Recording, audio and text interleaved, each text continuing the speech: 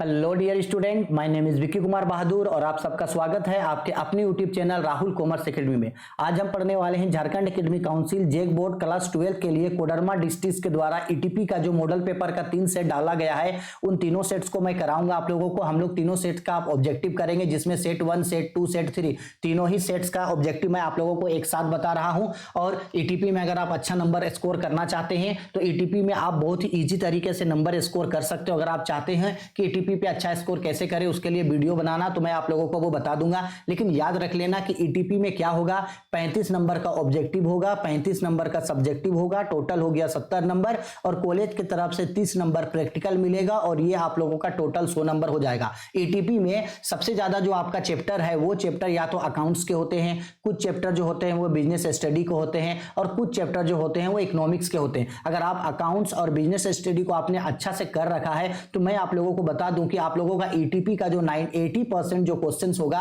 वो questions account और BST के बेस पे ही पूछे जाएंगे। तो अगर आपका अकाउंट्स और बीएसटी अच्छा से तैयारी है तो अनडाउटेडली आप जो है वो ईटीपी में बहुत ही ज्यादा स्कोर कर सकते हो। तो इस वीडियो में मैं आप लोगों को सबसे पहले ऑब्जेक्टिव का वीडियो बता देता हूं, इसके बाद आप लोगों को जो है मैं सब्जेक्टिव का वीडियो भी आप लोगों के लिए अपलोड कर दूंगा। ठीक है, चलो आगे बढ़ते हैं। पहले ऑब्जेक्टिव, इसके बाद सब्जेक्टिव बाद में। तो यहां जो है सेट 1 हम लोग करेंगे, सेट 1 सेट 2 तीनों ही को करेंगे। ठीक है, चलो आओ।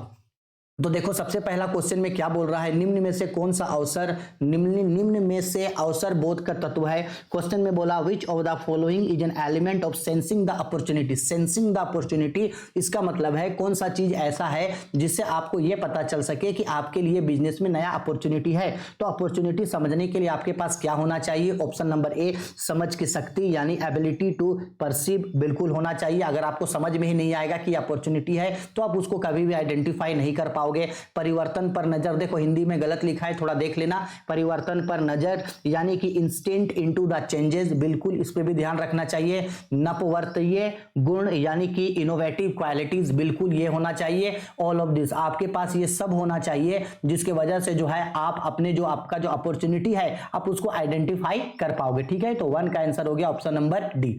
क्वेश्चन नंबर 2 पे आ रहा है, निम्न में से अवसर के प्रकार हैं। Which of the following is types of opportunity. तो देख लो कि अवसर जो होता है यानी अपॉर्चुनिटी जो होता है वो 2 तरीके का होता है।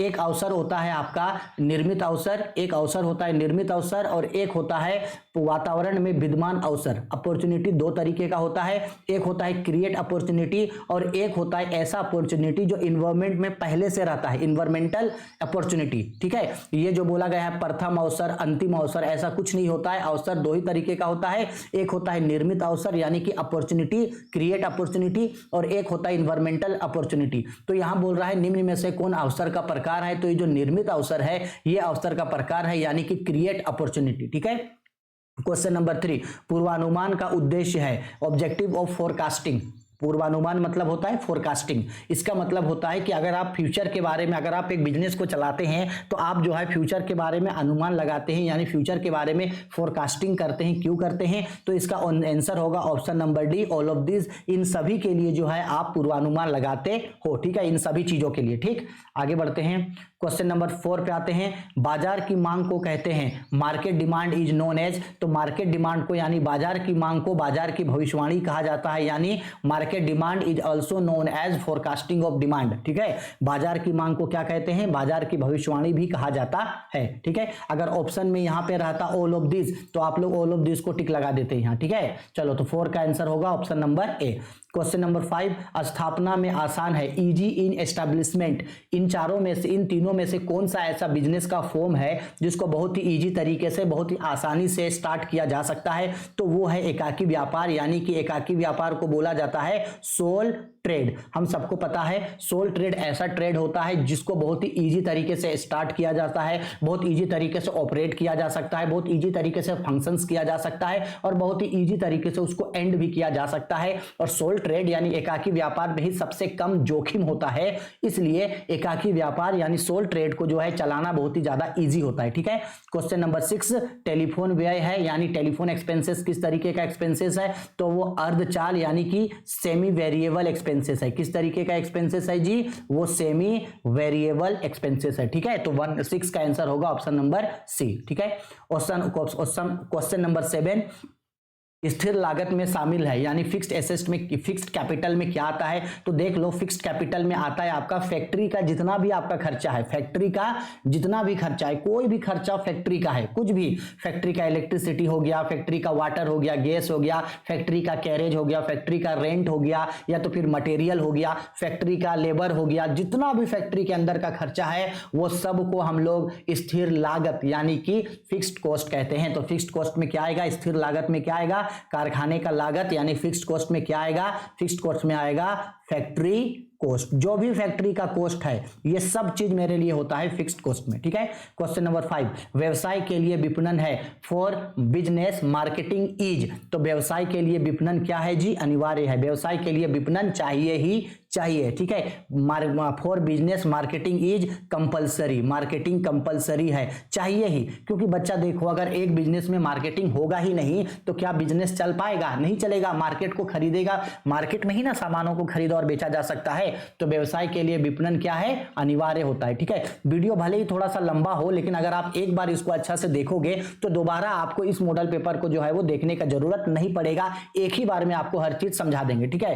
क्वेश्चन नंबर 9, प्रबंध कला है, तो देखो marketing is an art, sorry management is an art, तो हम सबको पता है प्रबंध एक कला है, स्वयं भी कार्य करने का, दूसरे से भी कार्य करने का, यानी वर्क विद सेल्फ भी है, वर्क फ्रॉम अदर्स भी है, यानी इसका आंसर होगा ऑप्शन नंबर सी, ए और बी दोनों, ये दोनों है।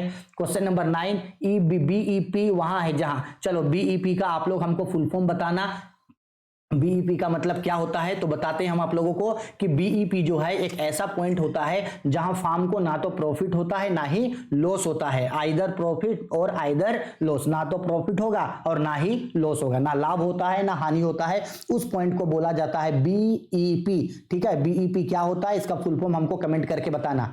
11 नंबर क्वेश्चन में बोला उद्यमी पूंजी में रहता है वेंचर कैपिटल, हाँ जी, उद्यमी पूंजी का मतलब क्या होता है जी, वेंचर कैपिटल। तो वेंचर कैपिटल किस तरीके का होता है तो वेंचर कैपिटल यानी उद्यमी पूंजी में उच्च जोखिम होता है, यानी वेंचर कैपिटल में जो है आपका हाई रिस्क होता है, वेंचर कैपिटल में किस तरीके का रिस्क होता है, high risk. Question number 12, Bharat निवेश कोष स्थापित किया जाता है, भारत में निवेश कोष स्थापित किया गया, इसका मतलब है in India investment fund control, investment fund control in India, तो ये किया जाता है आपका ग्रीनलैंड बैंक के द्वारा, ठीक है, ग्रीनलैंड बैंक के द्वारा। तो 12 का आंसर होगा ऑप्शन नंबर बी, ठीक है।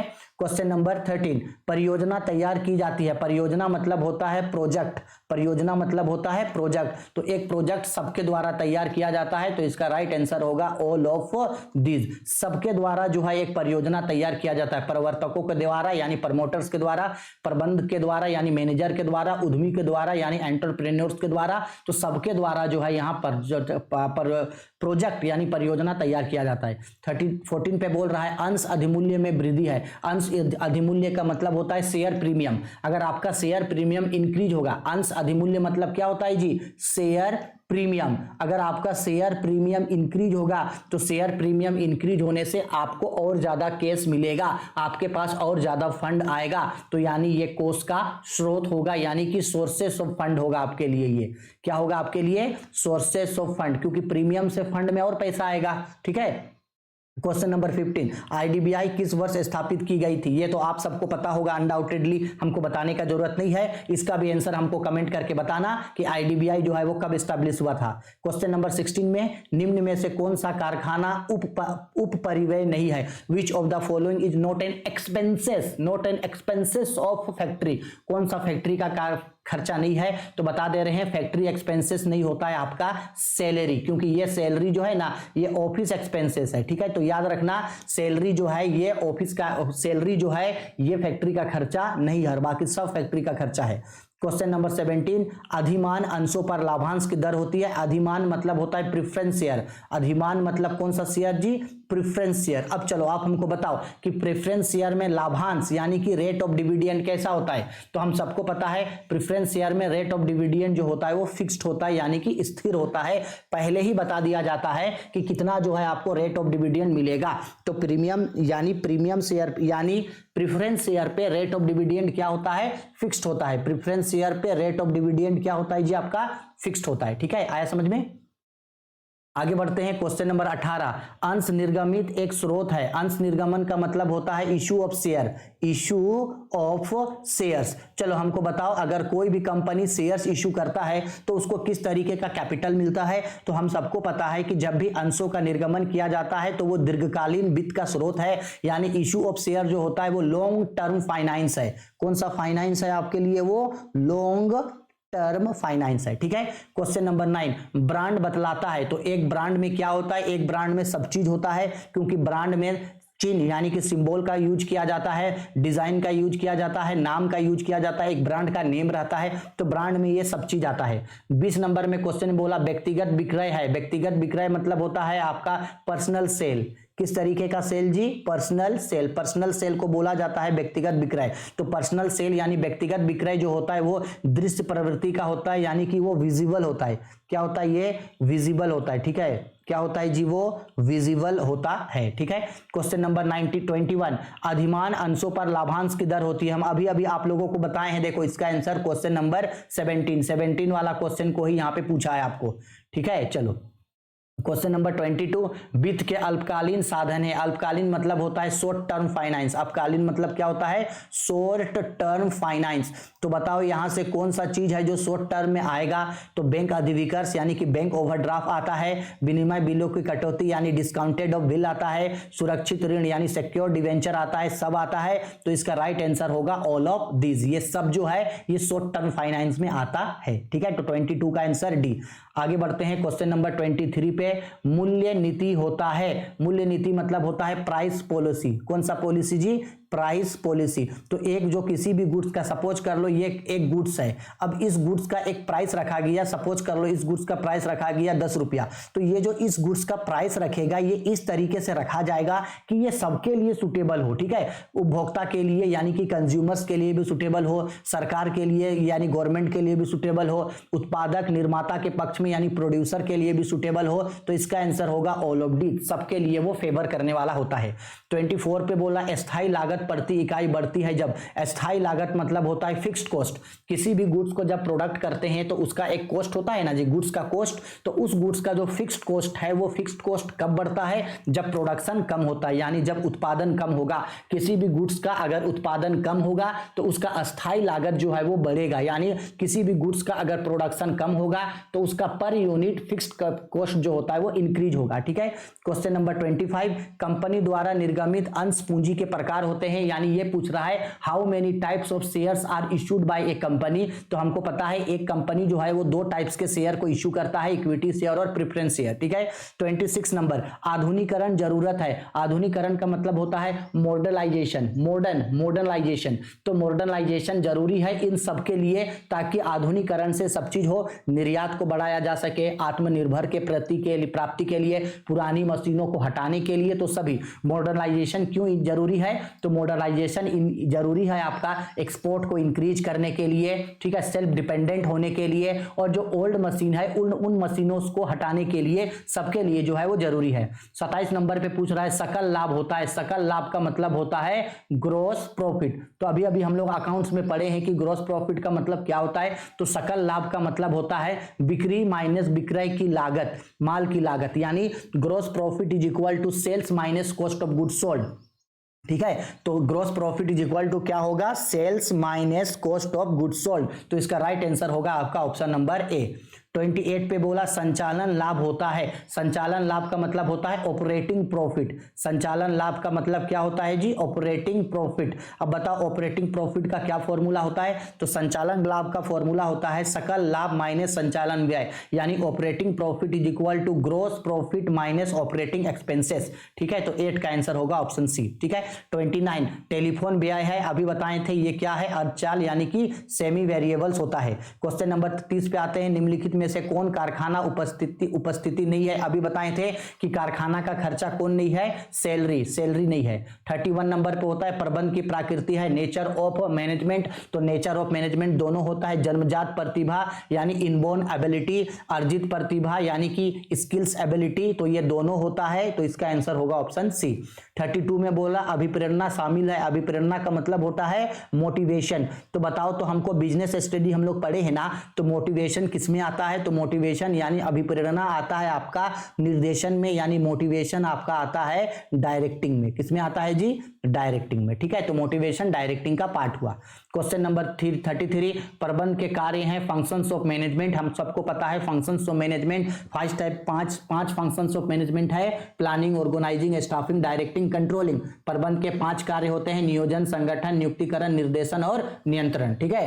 क्वेश्चन नंबर 34, प्रबंध क्या है? What is management? तो हमको पता है management is an art, management is an science. तो management is an art and science both, प्रबंध कला एवं विज्ञान दोनों है। लास्ट क्वेश्चन सेट 1 का, प्रबंध कला है स्वयं कार्य करने का भी, दूसरों से भी काम कराने का, तो दोनों काम है। मैनेजमेंट जो है वो दोनों काम होता है। ठीक है, सेट 1 हो गया। चलो अब सेट 2 पे जाते हैं। देखो क्वेश्चन भले ही थोड़ा सा लंबा हो, क्योंकि सबको एक एक करके समझा रहे हैं, इसलिए थोड़ा सा लंबा भी हो तो उससे आप लोग दिक्कत नहीं होना। तो देखो बेसिकली जैसा आप देख सकते हैं, ये यहाँ पे सेट 2 है। पहला क्वेश्चन बोल रहा है निम्नलिखित में से कौन अवसर बोध का तत्व है? Which of the following is an element of sensing the opportunities? तो अभी बताएं, ये आपका सेट 1 का क्वेश्चन नंबर 1 का आंसर है, तो इसका आंसर होगा ऑप्शन नंबर डी। ठीक है, चलो आते हैं क्वेश्चन नंबर 2 पे। अल्पकालीन पूर्वानुमान की अवधि है शॉर्ट टर्म फोरकास्टिंग पीरियड। तो शॉर्ट टर्म जो होता है वो कितना होता है? 12 मंथ तक का होता है, 12 मंथ तक का। और लॉन्ग टर्म जो होता है वो 1 साल से अधिक का होता है। तो शॉर्ट टर्म जो होता है वो 12 मंथ का होता है, तो आंसर होगा इसका option number B. Question number 3, उद्यमी उत्तरदायित्व तो पूरा करता है, अपर एंटरप्रेन्योर फुलफिल रिस्पॉन्सिबिलिटी। तो एक एंटरप्रेन्योर जो होता है यानी एक उद्यमी जो होता है वो प्रबंधकीय को भी पूरा करता है, समाज को भी पूरा करता है, संवैधानिक को भी। तो इसका आंसर होगा डी नंबर। एंटरप्रेन्योर जो है वो मैनेजरिकल रिस्पॉन्सिबिलिटी को भी पूरा करता है, सोशल रिस्पॉन्सिबिलिटी को भी पूरा करता है, स्टैट्यूटरी यानी कानूनी रिस्पॉन्सिबिलिटी को भी पूरा करता है। तो इसका आंसर होगा आपका डी। ठीक है, क्वेश्चन नंबर 4, बाजार मूल्यांकन को कौन सा तत्व प्रभावित नहीं करता? विच elements does not affect market assessment? तो मार्केट असेसमेंट को इफेक्ट नहीं करता है मार्केट डिमांड, यानी ऑप्शन नंबर सी, मांग जो है उसको इफेक्ट नहीं करता। 5 नंबर पे बोल रहा है उपक्रम चयन के आवश्यक तत्व हैं, essential elements of selection of an enterprises. अगर आप एक एंटरप्राइजेज को सिलेक्ट कर रहे हैं कि आपको एक एंटरप्राइजेज स्टार्ट करना है, तो आपको क्या ध्यान रखना पड़ेगा? गोपनीयता यानी सेक्रेसी, बिल्कुल। बिजनेस की क्रियाएं यानी बिजनेस एक्टिविटीज, बिल्कुल। परिचालन का क्षेत्र यानी एरिया ऑपरेशन, बिल्कुल। तो इसका राइट आंसर होगा ऑप्शन नंबर डी। एक बिजनेस को स्टार्ट करने के लिए आपको इन सारी चीजों को जो है वो ध्यान में रखना पड़ेगा। क्वेश्चन नंबर 6 में बोल रहा है व्यवसाय के प्रारूप को निर्धारण करता है डिटर्मिनेशन ऑफ बिजनेस ऑर्गेनाइजेशन। तो अगर हम उस बिजनेस के बारे में स्टडी करते हैं तो हमको उस बिजनेस के फॉर्म के बारे में जो है वो पता चल जाएगा, यानी इसका आंसर होगा अध्ययन। ठीक है, हम अगर कोई भी क्वेश्चन बता रहे हैं, अगर आपको उसका आंसर गलत लगता है और जो क्वेश्चन आपसे पूछ रहे हैं, तो उन सारे क्वेश्चन का आंसर हमको एक साथ बताना, ताकि आप लोगों के आंसर को हम पिन कर सके। 7 नंबर पे बोल रहा है व्यवसाय का मूल आधार है, what is the fundamental of business? तो बिजनेस का फंडामेंटल जो है वो होता है मार्केटिंग जो है वो बिजनेस का फंडामेंटल है, यानी विपणन, क्योंकि इसके बिना जो है वो बिजनेस नहीं चलेगा। 8 नंबर पे बोल रहा है नियोजन है, प्लानिंग इज। तो हम सबको पता है प्लानिंग जो है वो नेसेसरी है, नियोजन करना जो है वो आवश्यक होता है। तो 8 का आंसर होगा ए। क्वेश्चन नंबर 9, नियोजन भविष्य को पकड़ने के लिए बनाया गया पिंजड़ा है, यह कथन किसने कहा था? A plan is a trap of capture the future, the statement is of. हम आप लोगों को बिजनेस स्टडी में जब प्लानिंग पढ़ाए थे उस समय समझाए थे कि प्लानिंग जो है वो फ्यूचर को पकड़ने के लिए बनाया गया ट्रैप है। तो ये किसने कहा था? तो याद करने का तरीका बताए थे कि फ्यूचर से एलियन आएगा। फ्यूचर से क्या आएगा? एलियन। तो एलियन से नाम याद रहेगा एलियन। ठीक है, क्वेश्चन नंबर 10, एक अच्छा नियोजन होता है, एक गुड प्लानिंग इज। एक गुड प्लानिंग जो होता है वो फ्लेक्सिबल होना चाहिए, एक अच्छा नियोजन होता है वो लोचपूर्ण होना चाहिए, यानी एक अच्छा प्लानिंग जो होता है उसको समय समय पे हम लोग बदल सके, उस तरीके का प्लानिंग जो है वो होना चाहिए। 11वें नंबर पे बोल रहा है परियोजना प्रतिवेदन सारांश है, project report is a summary of. तो एक प्रोजेक्ट रिपोर्ट में जो है ये सब चीज आता है, तो इसका राइट आंसर होगा ऑप्शन नंबर डी। ठीक है, 12 नंबर पे बोल रहा है परियोजना तैयार होता है, प्रोजेक्ट इज प्रिपेयर्ड बाय। अभी ये क्वेश्चन सेट 1 में पूछा था, इसका राइट आंसर होगा ऑप्शन नंबर डी। अभी ऊपर बताए थे। Question number 3, modernization improve. हम अभी बताए थे कि जब कभी भी मॉडर्नाइजेशन होता है तो उससे जो क्या होता है, आपका जो काम करने का कैपेसिटी है वो कैपेसिटी इंक्रीज होता है, यानी आधुनिकीकरण से क्षमता को वृद्धि होती है। ठीक है, क्षमता बढ़ती है, यानी मॉडर्नाइजेशन क्या इंप्रूव करता है जी? कैपेसिटी को इंप्रूव करता है। 14 पे बोल रहा है अस्थाई पूंजी एवं कार्यशील पूंजी के लिए आवश्यक है required for fixed capital and working capital. तो फिक्स्ड कैपिटल और वर्किंग कैपिटल दोनों ही के लिए मनी यानी मुद्रा का होना जरूरी है। तो 14 का आंसर होगा आपका सी। ठीक है, 15 पे बोल रहा है अस्थाई पूंजी होता है फिक्स्ड कैपिटल इज। तो हम सबको पता है फिक्स्ड कैपिटल जो होता है वो लॉन्ग टर्म का होता है, अस्थाई पूंजी जो होता है वो दीर्घकालीन होता है। क्या होता है? दीर्घकालीन। आगे बढ़ते हैं क्वेश्चन नंबर 16 में गैर चालू दायित्व है नन करेंट लाइबिलिटी इज। यहां से कौन नन करेंट लाइबिलिटी है? तो ये जो डिवेंचर्स होता है यानी ऋण पत्र जो होता है वो नन करेंट लाइबिलिटी होता है। ठीक है, क्वेश्चन नंबर 17 पे बोल रहा है उद्यमी पूंजी में रहता है वेंचर कैपिटल कंटेंट्स। हम अभी बताए थे कि वेंचर कैपिटल जो होता है उद्यमी पूंजी जो होता है उसमें उच्च जोखिम होता है यानी वेंचर कैपिटल में हाई रिस्क होता है। 18 पे बोल रहा है पूंजी गहन तकनीक किसका एक प्ररेख है? Capital incentive technique is a types of what. तो देखो इसका जो टेक्निक है वो है, इसका आंसर होगा टेक्निक। ये सेट 1 में भी पूछा था, हम उस समय में भी बताए थे कैपिटल इंसेंटिव टेक्निक। देखो ऑप्शन में टेक्निक है तो आंसर में भी टेक्निक ढूंढना, उसको टिक लगा देना। क्वेश्चन नंबर 19 में बोल रहा अभिप्रेरण में शामिल है मोटिवेशन इंक्लूड्स। अभी बताए थे कि मोटिवेशन किस में आता है जी? आपका डायरेक्टिंग में यानी कि निर्देशन में जो है वो आता है। 20 नंबर में बोल रहा प्रबंध एक पेशा है या कथन है। ये बिजनेस स्टडी का क्वेश्चन है। Management is a profession this statement of. तो पैसा चिल्लाएगा अमेरिका, तो इसका राइट आंसर होगा अमेरिकन मैनेजमेंट एसोसिएशन यानी अमेरिकन प्रबंध एसोसिएशन। ठीक है, क्वेश्चन नंबर 21 किसी भी देश के विकास में सबसे अधिक आवश्यकता है development of a country is most required. यह भी बिजनेस स्टडी का क्वेश्चन है कि किसी भी कंट्री का डेवलपमेंट के लिए कुशल प्रबंध का होना जरूरी है यानी इफिशिएंट मैनेजमेंट का होना जो जरूरी है। तो इसका राइट आंसर होगा ऑप्शन नंबर सी। ठीक है, 21 हो गया। 22 नंबर व्यवसाय के लिए विपणन है for business marketing is compulsory, चाहिए ही चाहिए।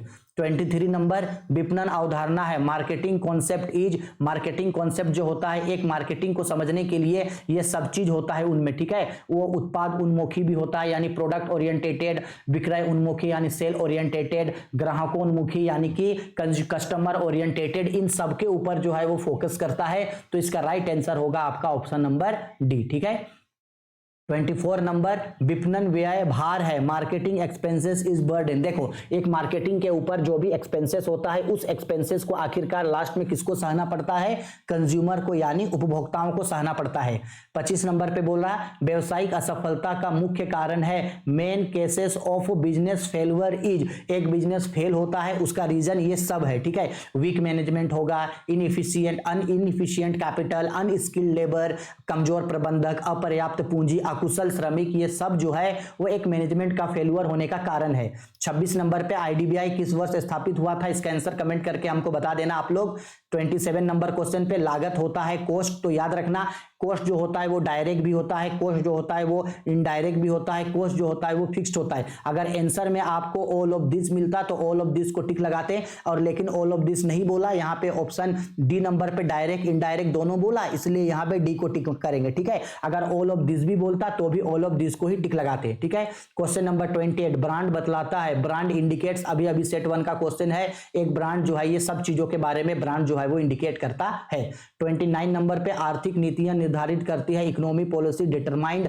अभी बताए थे हम लोग जो इकोनॉमी पॉलिसी जो होता है वो इन दोनों के लिए होता है यानी व्यवसाय की दशा को भी और व्यवसाय की मात्रा यानी direction of business and volume of business दोनों को बताता है। ठीक है, अगर इसका आंसर में मान लो ऑल ऑफ दिस रहता ना तो ऑल ऑफ दिस को आप लोग टिक लगा देते। ठीक, 29 हो गया। क्वेश्चन नंबर 30 बोल रहा है एक उद्यमी के मुख्य उपलब्धि है main achievement of A entrepreneurs is. तो एक एंटरप्रेन्योर का जो है वो सबसे बड़ा ऑब्जेक्ट, सबसे बड़ा मतलब उसका मेन एलिमेंट्स होता है, उसका मेन फोकस होता है प्रॉफिट कमाना, लाभ कमाना। एक उद्यमी का, एक साहसी का मेन उद्देश्य जो होता है वो लाभ कमाना यानी प्रॉफिट कमाना होता है। ठीक है, क्वेश्चन नंबर 31 स्थापना में आसान है इजी फॉर्मेशन। अभी बताए थे किसको जो है इजी तरीके से स्टार्ट किया जा सकता है? एकाकी व्यापार यानी सोल, ये सेल नहीं होगा ये सोल होगा। ठीक है, सोल ट्रेडिंग जिसको आसानी से स्टार्ट किया जा सकता है। ठीक है, आगे बढ़ते हैं क्वेश्चन नंबर 32 में। एकीकरण से अभिप्राय है, meaning of amalgamation is.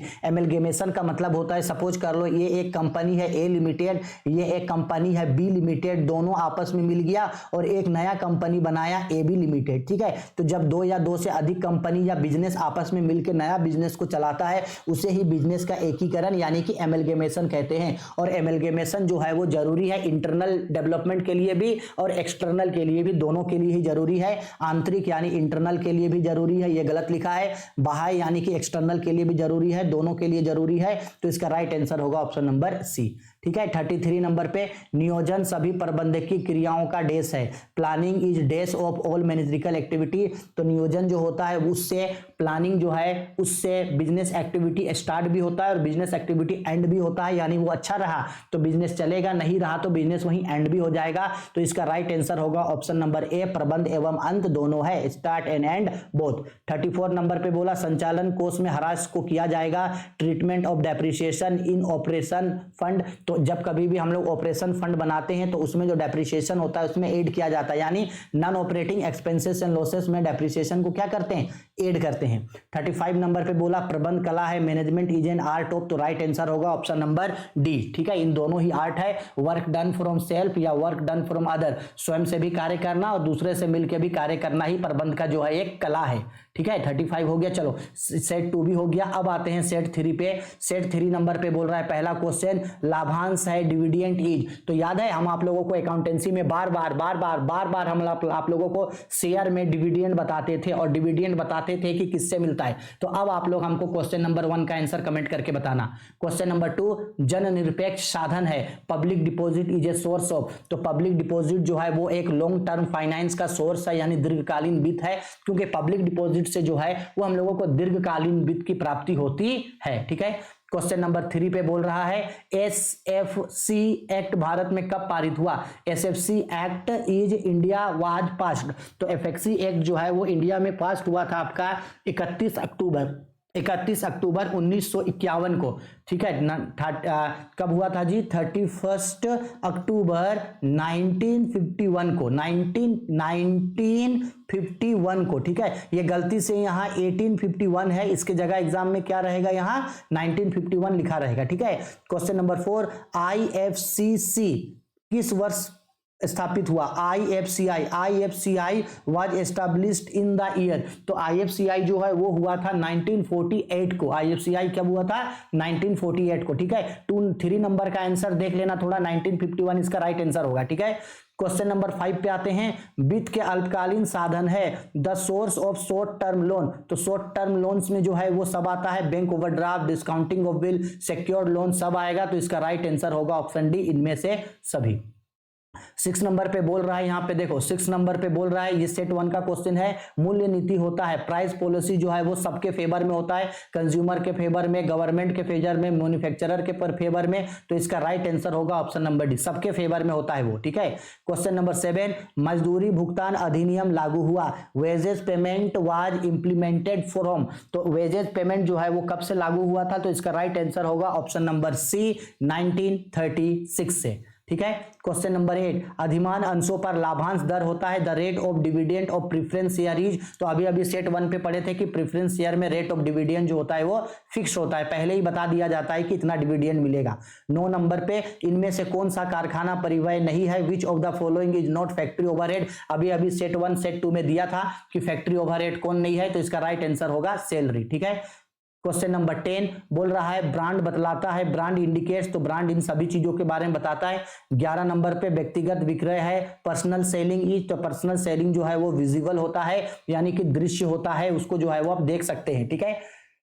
12 number question पे बोल रहा है, बाजार विश्लेषण बताता है, marketing analysis indicate scope of market. बाजार विश्लेषण बताता है बाजार के क्षेत्र को, ठीक है। क्वेश्चन नंबर 13 पे आते हैं। 13 नंबर पे आते हैं, बोला गया मशीन पर किया गया व्यय, एक्सपेंसेस इनकर्ड इन मशीनरी। देखो स्पेलिंग गलत है यहाँ, एक्सपेंसेस इनकर्ड ऑन मशीनरी, यानी मशीनरी पे आप जो भी खर्चा करते हैं वो क्या है। तो मशीनरी जो है आप सबको पता है, मशीनरी जो है वो एक फिक्स एसेट है, और फिक्स एसेट पे जो भी खर्चा होगा पैसा वो उसका फिक्स्ड कॉस्ट कहलाएगा, ठीक है, या फिक्स्ड एक्सपेंसेस कहलाएगा, या कैपिटल एक्सपेंसेस कहलाएगा आपके लिए वो, ठीक है। तो फिक्स्ड कैपिटल देखो ऑप्शन में देखो फिक्स्ड कॉस्ट है, बिल्कुल फिक्स्ड है। अगर फिक्स्ड के जगह यहाँ पे कैपिटल एक्सपेंसेस रहता तो कैपिटल एक्सपेंसेस को भी टिक लगाते हम लोग, ठीक है।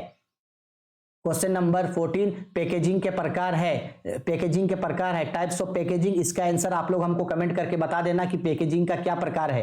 15 नंबर पे बोला बीईपी वहां है जहां, बीईपी का हम आप लोगों को सेट 1 पे फुल फॉर्म पूछे थे, यहां भी बताना बीई का फुल फॉर्म क्या है। तो वहां बताए थे कि बीईपी क्या होता है, जहां कंपनी को ना तो प्रॉफिट हो ना हानि हो, देयर इज आइदर प्रॉफिट और लॉस, ना तो प्रॉफिट हो ना लॉस हो।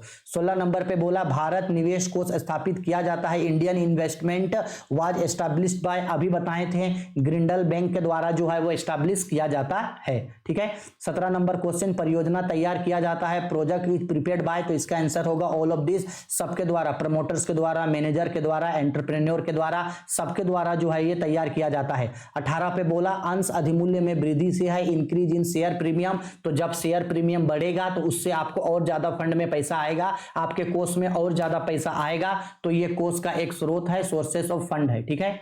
चलो आगे बढ़ते हैं। नेक्स्ट क्वेश्चन नंबर 19 पे आईडीबीआई, ये गलत है, ये 4, आईडीबीआई किस वर्ष स्थापित हुई थी, IDBI was establish in which year, comment करके बताना। बार बार बार बार बार बार आईडीबीआई के बारे में हर सेट में पूछ रहा है, तो शायद एग्जाम में ये क्वेश्चन पूछेगा, ठीक है। क्वेश्चन नंबर 20 में बोला कार्यशील पूंजी की प्रकृति किस तरह की होती है, what is the nature of working capital, तो हमको पता है वर्किंग कैपिटल जो है वो बढ़ते घटते रहता है, यानी वो फ्लोटिंग होते रहता है, तो चल होता है, वर्किंग कैपिटल जो है वो बढ़ते घटते रहता है, ठीक है। 21 नंबर पे स्थिर लागत में शामिल है फिक्स्ड कॉस्ट इंक्लूड, तो अभी बताए थे कि फिक्स्ड कॉस्ट में जो है वो फैक्ट्री का सारा खर्चा आता है, तो कॉस्ट ऑफ फैक्ट्री कारखाना का सब खर्चा, देखो cost of power, cost of labour, cost of material, ये सारा चीज ही एक्चुअल में कहां का खर्चा है, फैक्ट्री का खर्चा है, ठीक है। 22 का बोल रहा है शुद्ध कार्यशील पूंजी का अर्थ है नेट वर्किंग कैपिटल इज, तो बताओ वर्किंग कैपिटल का फॉर्मूला होता है current asset minus current liability, English में ये सब आंसर गलत लिखा है, तो वर्किंग कैपिटल का फॉर्मूला होता है current asset minus current liability, ठीक है, यानी चालू संपत्ति माइनस चालू दायित्व।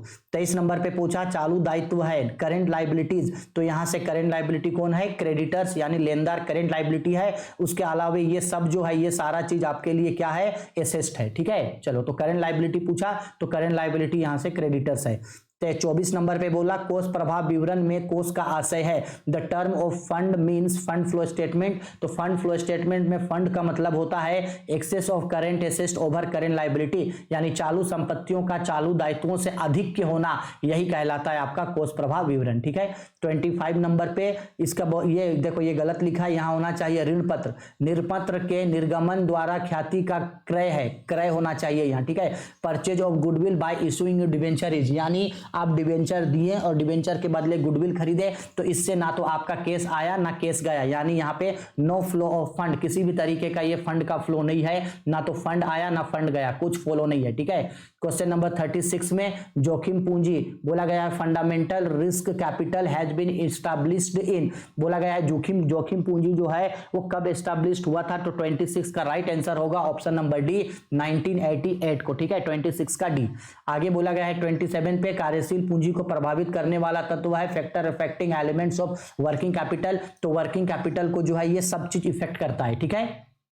क्वेश्चन नंबर 28 गैर चालू दायित्व है नॉन करेंट लायबिलिटी इज, तो नॉन करेंट लायबिलिटी जो है वो डिवेंचर होता है, यानी ऋण पत्र जो है वो नॉन करेंट लायबिलिटी है, ठीक है। आगे बढ़ते हैं क्वेश्चन नंबर 29 पे बोला गया है मुद्रा बाजार के लिए वाणिज्यिक पत्र आया, commercial paper initiated in money market, तो देखो ध्यान से मेरा बात समझना, यहाँ ये नहीं बोल रहा है कि इंडिया में मनी मार्केट में जो है कमर्शियल पेपर कब से आया, अगर ये बोलता कि इंडिया में मनी मार्केट, इंडिया के जो मनी मार्केट है उसमें जो है कमर्शियल पेपर कब आया, अगर इंडिया में बोलता, इसमें बोलता जी आपका अगर इंडिया में बोलता तो इसका राइट आंसर होता आपका 27 मार्च, याद रखना 27 मार्च 1989 को इंडिया में आया, लेकिन ये इंडिया नहीं बोल रहा है, ये बोल रहा है कि पूरे वर्ल्ड में कब आया, वर्ल्ड में, ठीक है। तो जब बात पूरे वर्ल्ड का होगा तो इसका राइट आंसर होगा आपका ऑप्शन बी, ठीक है, यानी 1990 को जो है ये आया था, ठीक है। क्वेश्चन नंबर 30, शुद्ध वर्तमान मूल्य संबंधित है एनवीपी मेथड्स रिलेटेड विद। ध्यान से याद रखना, जेक का जो मॉडल पेपर आया था उसमें हम आप लोगों को इसका आंसर गलती से बता दिए थे, तो थोड़ा याद रखना आप लोग कि एनपी जो है, एनपीवी जो है वो किससे रिलेटेड होता है, वो प्रेजेंट वैल्यू ऑफ मनी से रिलेटेड होता है, प्रेजेंट वैल्यू से, वर्तमान मूल्य से, ठीक है, प्रेजेंट वैल्यू से। तो इसका राइट आंसर होगा सी। जेक का जो मॉडल पेपर था इसमें इसको सुधार लेना। क्वेश्चन नंबर 31, डीपीआर क्या है, तो वो एक एक्शन प्लान है, यानी कि कार्यवाही योजना होता है, ठीक है। क्वेश्चन नंबर 32, प्रबंध कला है, ये तो बार बार पूछ रहा है, इसका राइट आंसर होगा सी। 33 नंबर, आदर्श चालू अनुपात आइडल करंट रेशियो क्या होता है, 2:1। आइडल करंट सॉरी, हाँ ठीक है, आइडल करंट रेशियो होता है 2:1, ठीक है। अगर बोलता ideal quick ratio, ideal acid test ratio, ठीक है, या आइडल आपका, तब उसमें होता है ये 2:, तब होता है उसमें 1:1, ठीक है। आगे बढ़ते हैं, नेक्स्ट क्वेश्चन पे आते हैं। ये हो गया क्वेश्चन नंबर आपका 34, आर्थिक सहायता है सब्सिडरी इज, तो सब्सिडरी जो होता है वो रीपेमेंट होता है, यानी पुनः भुगतान होता है। 35 नंबर, औद्योगिक लाइसेंस अधिनियम पारित हुआ, implementation of industrial licensing act, तो ये स्टार्ट हुआ था 31 अक्टूबर 1951 को, ठीक है। कब स्टैब्लिश हुआ था, 31 अक्टूबर 1951 को, ठीक है। तो आई होप सारा का सारा क्वेश्चन आ गया। जो क्वेश्चंस आप लोगों के लिए छोड़े हैं वो कमेंट करके हमको बता देना, जो भी दिक्कत डाउट परेशानी है वो कमेंट करके पूछना, ठीक है। और अगर मैं मान लो अगर आप लोगों को रिप्लाई अगर देने में लेट कर सकूं तो आप लोग बुरा मत मानना, क्योंकि हमको फिर से हॉस्पिटल जाना है, चाचा जी जो है वो आईसीयू में एडमिट है, तो हम फिर से हॉस्पिटल जाएंगे। तो अगर आप लोगों को रिप्लाई देने में लेट हो गया तो आप लोग थोड़ा सा मैनेज उससे कर लेना,